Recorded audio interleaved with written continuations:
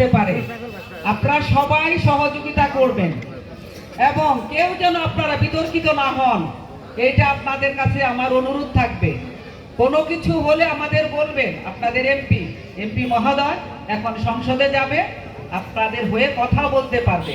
আপনারা কেউ কোনো সহিংসতায় যাবেন না।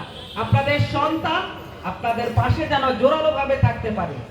কোনো কিছু লাগলে আপনার সন্তান, যেহেতু আপনারা তাকে পার করে সংসদে পাঠিয়েছেন, আপনারা কথা রেখেছেন, আমরা আপনাদের কথা রাখবো এবং ভবিষ্যতে আপনাদের সন্তান যেন আরো উন্নতির দিকে যেতে পারে। কারণ শিবালয়বাসী, ঘিওর, দৌলতপুর সবাই দেখিয়ে দিয়েছে যে আমরা পারি। আমরা ধানের শীষের পক্ষে ছিলাম, কোন ষড়যন্ত্র আমাদেরকে ঠেকাতে পারেনি। আমরা সামনেও এইভাবে বিজয়ের হাত তুলেই যাব। সবাইকে অসংখ্য ধন্যবাদ। আবার আসবো আপনাদের মাঝে।